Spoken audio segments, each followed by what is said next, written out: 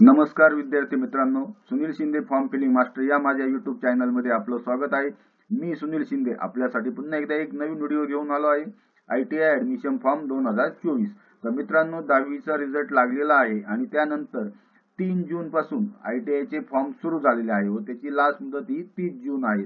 तर मित्रांनो ITI चे रजिस्ट्रेशन करण्यासाठी आपल्याला कुठले कुठले डॉक्युमेंट्स लागणार आहे, त्यानंतर आपल्याला कॅटेगरी वाइज किती फी लागणार आहे, त्यानंतर आपल्याला डॉक्युमेंट्स कसे व्हेरीफाय करायचे, त्यानंतर कॉलेजचे ऑप्शन्स कसे सिलेक्ट करायचे याची संपूर्ण माहिती आपण या व्हिडिओद्वारे बघणार आहोत। तर मित्रांनो त्यासाठी आपण व्हिडिओ नक्की शेवटपर्यंत पहा आणि आपण जर माझ्या YouTube चॅनलवरती नवीन आला असाल तर माझ्या YouTube चॅनलला लाईक करा, शेअर करा आणि सबस्क्राइब करा। त्यामुळे तुम्हाला असेच नवनवीन व्हिडिओ आणि अपडेट हे ऍडमिशन संदर्भातील भेटत राहतील। थँक्यू।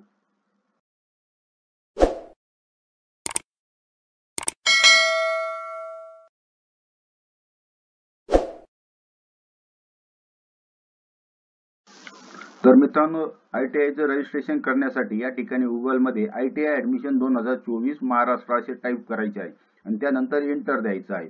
मित्रांनो एंटर दिल्यानंतर या ठिकाणी admission.dvet.gov.in ही वेबसाईट दिसते आपल्याला। तर मित्रांनो या ठिकाणी या लिंक वरती क्लिक करायचं आहे। क्लिक केल्यानंतर मित्रांनो आता या ठिकाणी आपल्याला होम पेज आहे। तर या ठिकाणी कॅन्डिडेट लॉगिन मध्ये क्लिक करायचं आहे आणि या ठिकाणी न्यू कॅन्डिडेट रजिस्ट्रेशन वरती क्लिक करायचं आहे। तर मित्रांनो आपल्याला जर ITI चं रजिस्ट्रेशन करायचं आहे तर याची जी लिंक आहे ती मी माझ्या डिस्क्रिप्शन बॉक्स मध्ये टाकलेली आहे, आपण तेथून पण लॉग इन करू शकता। तर मित्रांनो आता यानंतर या ठिकाणी आपल्याला न्यू कॅन्डिडेट रजिस्ट्रेशन मध्ये 10वीचं बोर्ड सिलेक्ट करायचं आहे। तर मित्रांनो आपण जर स्टेट बोर्ड असेल तर या ठिकाणी Maharashtra state board of secondary and higher secondary education हा ऑप्शन सिलेक्ट करायचा आहे। तर या ठिकाणी टिक करायचं आहे आणि आपण जर CBSE ICSE किंवा अदर बोर्ड मध्ये असेल तर या ठिकाणी other than above exam board हा ऑप्शन सिलेक्ट करायचा। तर या ठिकाणी मी महाराष्ट्र स्टेट बोर्ड सिलेक्ट केला आहे। त्यानंतर आपल्याला विद्यार्थ्यांनी त्याचा 10वीचा सीट नंबर या ठिकाणी टाकून घ्यायचा आहे। त्यानंतर इयर ऑफ एक्झाम टाकून घ्यायचे, आपण या वर्षी एक्झाम दिली असेल तर 2024 सिलेक्ट करायचे। त्यानंतर मंथ ऑफ एक्झाम मध्ये आपला महिना सिलेक्ट करायचा आहे मार्च, या ठिकाणी मार्च महिना सिलेक्ट करायचा आणि या ठिकाणी डेट ऑफ बर्थ टाकून घ्यायची आपल्याला। तर या ठिकाणी डेट ऑफ बर्थ टाकताना सुरुवातीला आपल्याला वर्ष सिलेक्ट करायचं आहे, त्यानंतर महिना सिलेक्ट करायचा आहे आणि त्यानंतर तारीख सिलेक्ट करायची। तर या ठिकाणी या पद्धतीत सिलेक्ट करून घ्यायचं आहे। त्यानंतर या ठिकाणी विद्यार्थ्यांनी फर्स्ट नेम टाकायचं आहे 10वीच्या रिझल्ट वरती ज्या पद्धतीत आहे त्यानुसार। त्यानंतर लास्ट नेम म्हणजे आपलं सरनेम टाकून घ्यायचं आहे, आडनाव। त्यानंतर आता आपल्याला या ठिकाणी मोबाईल नंबर टाकायचा। तर मित्रांनो आपल्याला या ठिकाणी जो आपला मोबाईल नंबर चालू आहे तोच मोबाईल नंबर टाकायचा आहे, कारण संपूर्ण ऍडमिशन प्रोसेस आणि ITI कंप्लीट होईपर्यंत जे काही मेसेजेस आहेत ITI संदर्भात ते सर्व आपल्याला या मोबाईल वरती येणार आहे। त्याच्यामुळे या ठिकाणी आपला जो मोबाईल नंबर चालू आहे तोच टाकायचा आहे। तो मोबाईल नंबर टाकल्यानंतर या ठिकाणी व्हेरीफाय बटनावरती क्लिक करायचं। व्हेरीफाय बटनावरती क्लिक केल्यानंतर मित्रांनो आपल्या मोबाईल वरती एक OTP येणार आहे, तो OTP आपण या ठिकाणी टाकून घ्यायचा आहे।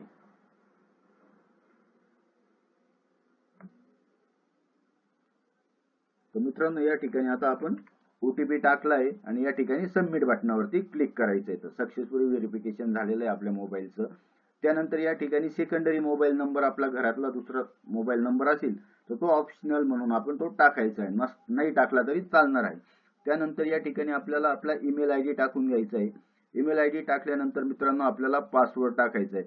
तर पासवर्ड टाकताना त्याचा एक लेटर कॅप्स पाहिजे, त्यानंतर स्मॉल लेटर पाहिजे, स्पेशल सिम्बॉल पाहिजे, न्यूमेरिक पाहिजे, अशा पद्धतीने आपल्याला पासवर्ड टाकायचा आहे। पासवर्ड टाकताना मिनिमम 8 कॅरेक्टर्स पाहिजे आणि मॅक्झिमम 15 कॅरेक्टर्स पाहिजे। तर या पद्धतीत आपला या ठिकाणी पासवर्ड टाकायचा, त्यानंतर पासवर्ड कन्फर्म करून घ्यायचा आहे आणि त्यानंतर या ठिकाणी कॅप्चा दिलेला आहे तर तो कॅप्चा टाकून घ्यायचा आहे REATI आणि त्यानंतर रजिस्टर बटनावरती क्लिक करायचे।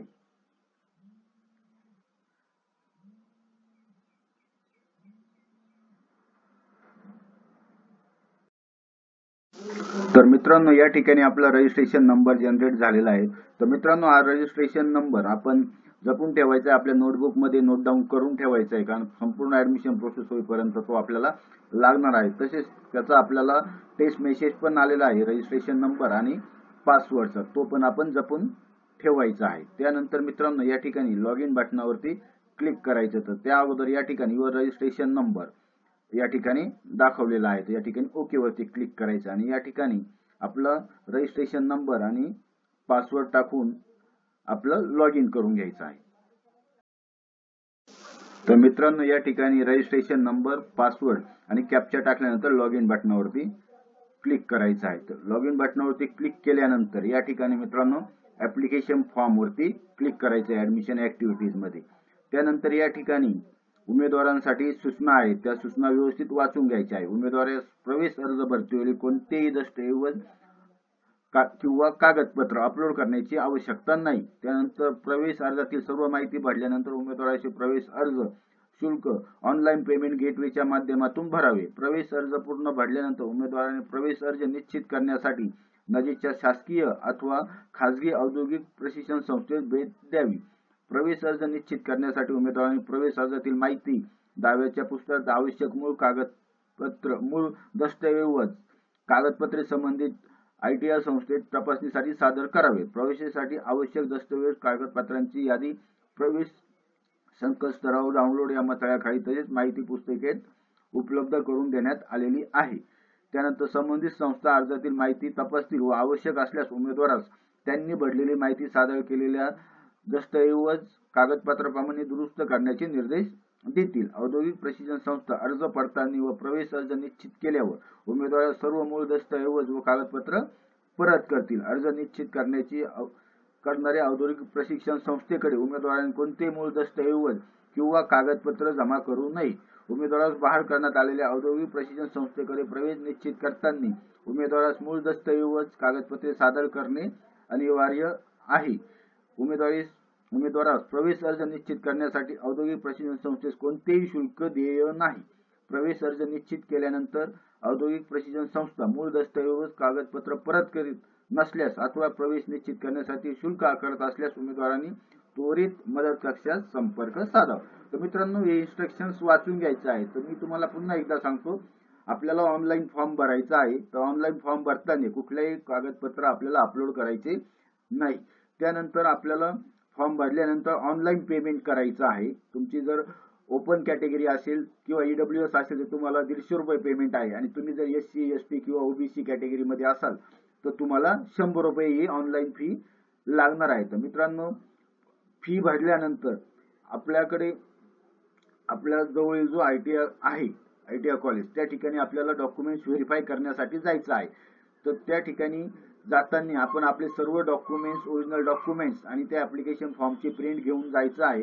त्या ठिकाणी डॉक्युमेंट्स आपले व्हेरीफाय करून घ्यायचे आहे। त्यामध्ये जर आपली काही चूक असेल फॉर्म मध्ये तर ITR आपल्याला सांगणार आहे, तर काय त्यामध्ये काही करेक्शन आहे ते आपण करेक्शन करू शकतो।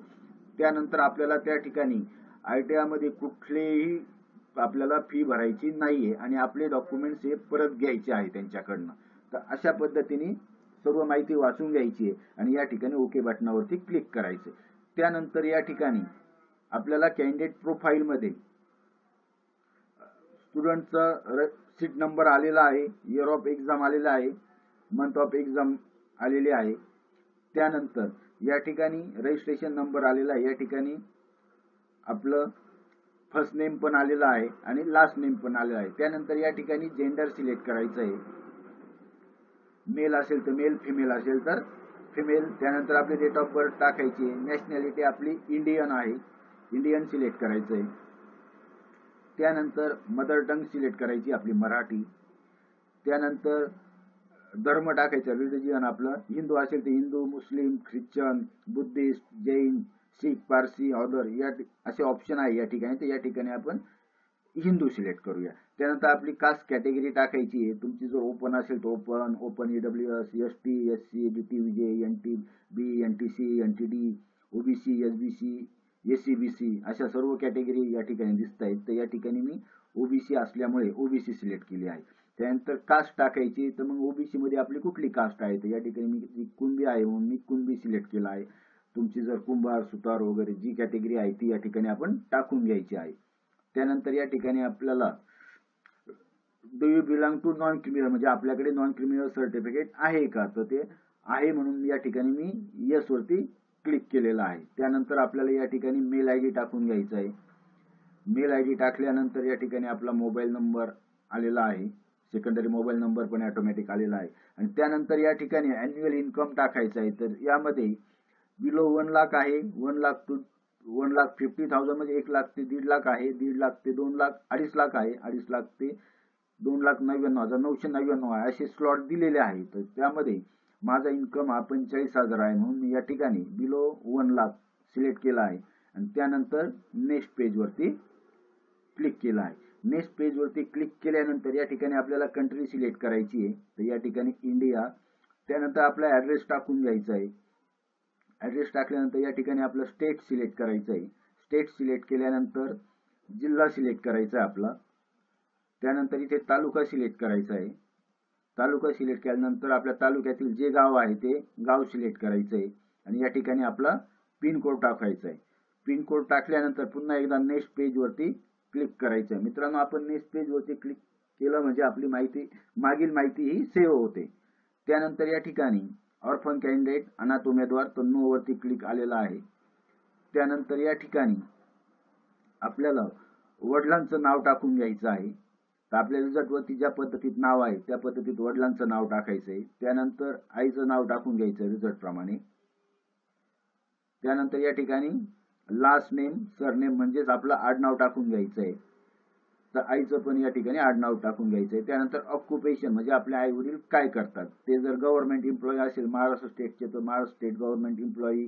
त्यानंतर ते जर गव्हर्नमेंट ऑफ इंडियाचे एम्प्लॉई असतील तर तो ऑप्शन आपण सिलेक्ट करू शकता. त्यानंतर अदर स्टेट गव्हर्नमेंट एम्प्लॉई असेल तर तो ऑप्शन सिलेक्ट करू शकता. किंवा प्रायव्हेट सर्व्हिस करत असतील कंपनीमध्ये वगैरे तर तो ऑप्शन आहे. किंवा स्वतःचा बिझनेस असेल तर सेल्फ एम्प्लॉई घेऊ शकता. आणि तुमचे वडील जर शेती किंवा दुसरा काही व्यवसाय करत असेल तर या ठिकाणी नॉट एम्प्लॉई हा ऑप्शन आपण सिलेक्ट करायचे. त्याच पद्धतीने या ठिकाणी आईच्या ठिकाणी पण नॉट एम्प्लॉई हा ऑप्शन आपण सिलेक्ट करायचा आहे, समजा शेती करत असेल किंवा गृहिणी असेल तर. त्यानंतर मित्रांनो आपल्याला अॅन्युअल इन्कम पुन्हा एकदा टाकून घ्यायचं. तर या ठिकाणी बिलो 1 लाख आणि आईच्या ठिकाणी या ठिकाणी नो इन्कम वरती क्लिक करायचंय. त्यानंतर डोमासाईल आपलं महाराष्ट्रातला आहे म्हणून महाराष्ट्र सिलेक्ट करायचंय डोमासाईल स्टेट मध्ये. त्याच पद्धतीने या ठिकाणी आईच्या ठिकाणी पण महाराष्ट्र सिलेक्ट करायचंय. त्यानंतर डोमासाईल डिस्ट्रिक्ट म्हणजे डोमासाईलचा जिल्हा सिलेक्ट करायचा आपल्याला. तर या ठिकाणी तुमचा जो जिल्हा आहे तो या ठिकाणी तुम्ही सिलेक्ट करून घ्यायचा आहे दोन्ही ठिकाणी. त्यानंतर आपला तालुका सिलेक्ट करून घ्यायचा आहे दोन्ही ठिकाणी, जो तालुका आहे. त्यानंतर नेक्स्ट पेज वरती क्लिक करायचंय. तर मित्रांनो त्यानंतर चौथी स्टेप आहे ऍडिशनल वेटेज म्हणजे ऍडिशनल मार्कासाठी. तर त्यामध्ये डिफेन्स कॅटेगरी डिटेल्स मध्ये आपल्या घरातील जर कोणी डिफेन्स मध्ये असेल तर या ठिकाणी यस वरती क्लिक करायचं आहे आणि नसेल तर नो वरती क्लिक करायचंय. त्यानंतर अपंग श्रेणी तपशील असलेली व्यक्ती, आपण जर अपंग असाल आणि आपलं किमान 40% किंवा त्यापेक्षा अधिक अपंगत्व असेल तर या ठिकाणी यस म्हणायचं आहे आणि नसेल तर नो वरती क्लिक करायचंय.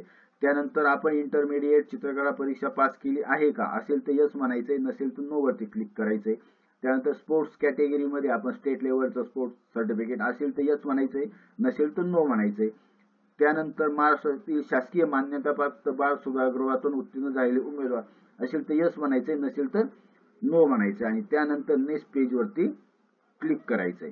तर नेक्स्ट पेज वरती क्लिक केल्यानंतर मित्रांनो 5वी स्टेप आहे एंट्री क्वालिफिकेशन. तर या ठिकाणी आपलं स्कूल लोकेटेड शाळेचं राज्य महाराष्ट्र सिलेक्ट करायचं आहे. त्यानंतर स्कूलचा जिल्हा शाळेचा जिल्हा सिलेक्ट करायचा आहे. त्यानंतर शाळेचा तालुका सिलेक्ट करायचा आहे.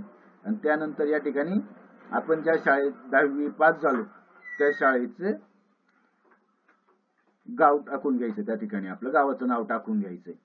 त्यानंतर या ठिकाणी आपण 12वी किंवा 10वी उत्तीर्ण असेल तर या ठिकाणी यस वरती क्लिक करायचंय. म्हणजे आपण या ठिकाणी 10वी उत्तीर्ण आहोत म्हणून या ठिकाणी यस बटनावरती क्लिक करायचंय. त्यानंतर आपल्याकडे जर टेक्निकल सब्जेक्ट असेल तर या ठिकाणी यस वरती क्लिक करायचंय आणि नसेल तर नो बटनावरती क्लिक करायचंय. त्यानंतर अपंग श्रेणीतील तपशील तर या ठिकाणी नो वरती क्लिक करायचंय. आणि 10वी विषय हे विज्ञान आणि गणित विषयाचं आपण उत्तीर्ण आहात का तर या ठिकाणी यस वरती क्लिक करायचंय. त्यानंतर मित्रांनो यस वरती क्लिक केल्यानंतर या ठिकाणी आपल्याला 10वीचे मार्क्स टाकून घ्यायचे. तर या ठिकाणी सुरुवातीला मराठी आहे, आउट ऑफ मार्क्स म्हणजे 100 पैकी किती मार्क्स पडले आहे ते मार्क्स या ठिकाणी टाकून घ्यायचे ऑप्टेन मार्क्स मध्ये. त्यानंतर हिंदीचे मार्क्स टाकून घ्यायचे, त्यानंतर इंग्लिशचे मार्क्स टाकायचे, त्यानंतर गणिताचे मार्क्स टाकून घ्यायचे, त्यानंतर सायन्स आणि त्यानंतर सोशल सायन्सचे मार्क्स टाकून घ्यायचे. त्यानंतर या ठिकाणी ऑटोमॅटिक 600 पैकी जितके मार्क्स आहे त्याची टोटल आलेली आहे. त्यानंतर आपल्याला टोटल 500 पैकी जे मार्क्स आहे त्याची टोटल या ठिकाणी आपले येऊन जाते, ॲव्हरेजली काढले जाते. आणि या ठिकाणी जर तुमचे ॲडिशनल वेटेज असेल तर ॲडिशनल वेटेजचे मार्क्स या ठिकाणी ऑटोमॅटिकली येतात. आणि ॲडिशनल वेटेजमध्ये कुठलेही विषय नसतील तर त्या ठिकाणी आपले मार्क्स 0 दाखवतात. आणि त्यानंतर आता या ठिकाणी 12वीचे मार्क्स टाकून घ्यायचे. तर 12वी आपण जर 12वी पास असेल तर यस म्हणायचे, नसेल तर नो वरती क्लिक करायचे. आणि त्यानंतर या ठिकाणी select highest qualification level SSC करायचं, SSC पास. आणि या ठिकाणी नेक्स्ट पेज वरती क्लिक करायचे. नेक्स्ट पेज वरती क्लिक केल्यानंतर प्रिव्हियस ट्रेनिंग डिटेल्स म्हणजे आपण जर या अगोदर ITI केलेला असेल तर या ठिकाणी नो बटनावरती यस बटनावरती क्लिक करायचं, नसेल तर नो वरती क्लिक करायचंय आणि नेक्स्ट पेज वरती क्लिक करायचंय. त्यानंतर या ठिकाणी कॅन्डिडेट होम डिस्ट्रिक्ट मध्ये या ठिकाणी आपला जिल्हा कोणता आहे तो जिल्हा सिलेक्ट करायचा आहे. आणि कॅन्डिडेट टाईप हे जिल्ह्यानुसार ऑटोमॅटिकली येतं, तर या ठिकाणी A आलेला आहे. त्यानंतर आता आपल्याला जे डॉक्युमेंट्स व्हेरीफाय करायचे आहे मित्रांनो, तर ते व्हेरीफाय कुठल्या ITI मध्ये आपण जाऊन करणार आहे त्याचा जिल्हा सिलेक्ट करायचा आहे.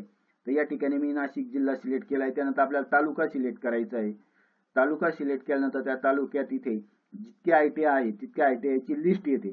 त्यानुसार आपल्याला ज्या ठिकाणी जायचं आहे तो ITI या ठिकाणी आपण सिलेक्ट करून घ्यायचा आहे. आणि ITI सिलेक्ट केल्यानंतर या ठिकाणी ॲक्सेप्ट बटनावरती क्लिक करायचं, म्हणजे ही माहिती जी भरलेली आहे ती मी स्वीकार केली आहे. आणि त्यानंतर या ठिकाणी आपल्याला पेमेंट करायचं आहे. तर पेमेंट हे तुमच्या कॅटेगरीनुसार या ठिकाणी ऑटोमॅटिक दिसणार आहे. तर या ठिकाणी माझी OBC कॅटेगरी म्हणून मला 100 रुपये आहे. तुमची जर ओपन किंवा EWS असेल तर तुम्हाला 150 रुपये फी लागली असती. आणि त्यानंतर या ठिकाणी नेक्स्ट पेज वरती क्लिक करायचंय. नेक्स्ट पेज वरती क्लिक केल्यानंतर मित्रांनो आपल्याला या ठिकाणी पेमेंटचा ऑप्शन असणार आहे. आणि ते पेमेंट करताना आपण फोन पे, गुगल पे वर नाही करू शकतो, किंवा क्रेडिट कार्ड, डेबिट कार्ड किंवा नेट बँकिंग थ्रू पण करू शकतो, किंवा वॉलेट थ्रू पण ते पेमेंट करू शकतो. तर मित्रांनो पेमेंट केल्यानंतर आपल्याला आपण जो काही फॉर्म भरला आहे त्याची प्रिंट जनरेट होते. ती प्रिंट आपण काढून घ्यायची आहे. आणि तसेच आपली जी फी भरली आहे त्याची रिसिप्ट पण आपली जनरेट होते, त्याची पण आपण एक प्रिंट काढून घ्यायची आहे. तर मित्रांनो अशा पद्धतीने आपल्याला ITIचा फॉर्म भरायचा आहे. तर मित्रांनो आपल्याला जर फॉर्म भरताना काही क्वेरी आली तर आपण माझ्या कमेंट बॉक्समध्ये टाकू शकता. तसेच मित्रांनो तुम्हाला जर हा व्हिडिओ आवडला असेल तर याला नक्की तुम्ही लाईक करा, शेअर करा, सबस्क्राईब करा आणि आपल्या मित्रांना पण शेअर करा. थँक्यू, धन्यवाद.